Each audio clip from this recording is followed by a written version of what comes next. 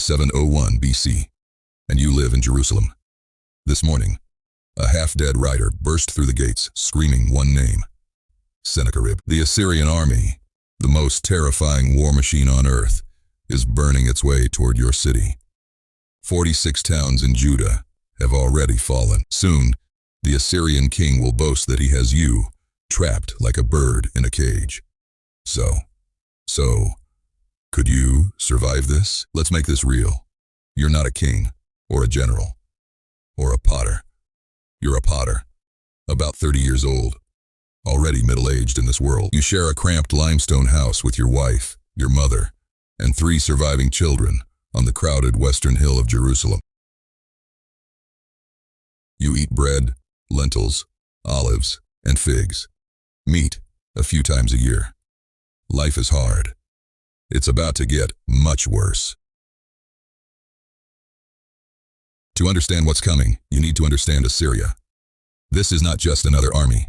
It is the superpower of the age, a professional force with iron weapons, siege engines, combat engineers, and cavalry, drawn from an empire stretching from the Persian Gulf to Egypt. And they have mastered something else: terror as policy.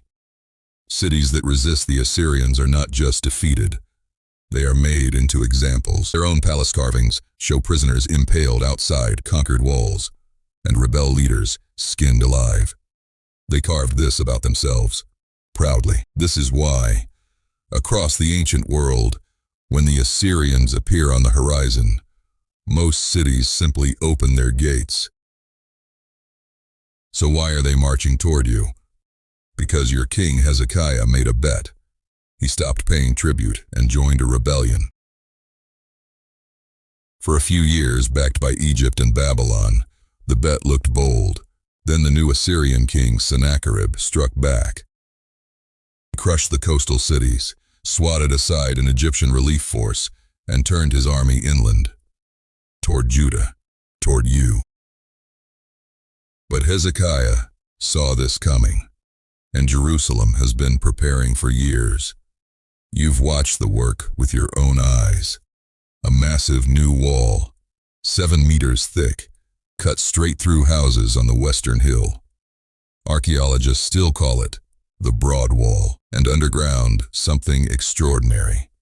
Workers carved a tunnel through 530 meters of solid rock by hand from both ends. It brings the Gihon Springs water safely inside the walls, while every spring outside the city is sealed and hidden. The logic is brutal and brilliant. The Assyrians will find no water out there. You'll have it flowing beneath your feet. Then comes the news that breaks the city's spirit. Lachish is unfairment. Lachish, Judah's second city, the great fortress on the road to Jerusalem, has fallen. Refugees stagger through your gates with the story. A giant siege ramp, armored battering rams, the walls ground down to rubble. The survivors were marched into exile in long columns. The city's leaders were tortured and executed in front of everyone. Sennacherib was so proud of this victory. He covered an entire palace room with carvings of it. They sit in the British Museum today. Standing in your doorway, hearing all of this, you do the terrible math. Lachish had strong walls too.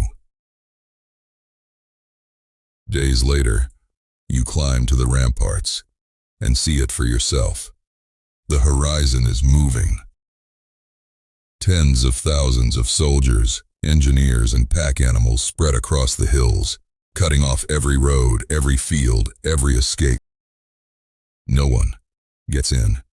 No one gets out. The siege of Jerusalem has begun, and nobody is coming to save you. Sennacherib's own clay prism records the moment. I shut up Hezekiah in Jerusalem, his royal city, like a bird in a cage. Then the Assyrians do something unexpected. They don't attack. They talk. A royal official walks up within earshot of the walls. He shouts, not in Assyrian, but in perfect Hebrew, so that every soldier and every citizen on the wall understands him. Don't trust Egypt, he says. It's a broken reed. Don't trust your God. Did the gods of the other cities save them? Surrender and live. Hezekiah's officials beg him to speak Aramaic instead, precisely because ordinary people like you are listening. The Assyrians understood something armies still exploit today. Sieges are won in the mind first, and starvation finishes the job. Now the waiting begins, and this is where your survival is truly decided. The city is packed with desperate refugees. Grain is rationed. Every day you line up at the tunnel pool for water, while rumors eat the city alive. The real killers in an ancient siege aren't arrows. They're hunger and disease. Typhoid and dysentery in the crowded summer heat. You have one advantage: strong hands and a potter's back. You're drafted to haul stones for the wall crews, and workers get fed. It's your children you worry about. In the ancient world, it is always the children. Side examine thing did an question. And then, one morning, it simply ends. The watchmen see something impossible. The campfires are out. The Assyrians are gone. What happened? Here, history splits. The Bible says the angel of the Lord struck the Assyrian camp in the night. Greek historian Herodotus tells a strange echo, an army ruined overnight, its bowstrings and equipment gnawed apart by mice. Many modern historians read both stories the same way: disease, tearing through a packed and filthy army camp at terrifying speed. And Sennacheribs' own version? His prism boasts of the cage and the tribute, then never claims he took Jerusalem. For Assyria, that silence is deafening. Survival isn't free. Hezekiah strips the temple doors of their gold to pay a crushing tribute, and Judah lies in ruins around you. But Jerusalem stands, the only city on Sennacherib's entire campaign list that did not fall. And everything inside it survives too. So, could you have survived? Surprisingly, yes. This is one ancient siege where being inside the walls was the winning ticket. Avoid the sickness. Keep your ration. Keep your nerve. And you walk out of 701 BC alive, in a city that should have died. Next time, we drop you into the 13th century, where the water itself can kill you. Subscribe. History is better when you're not in it.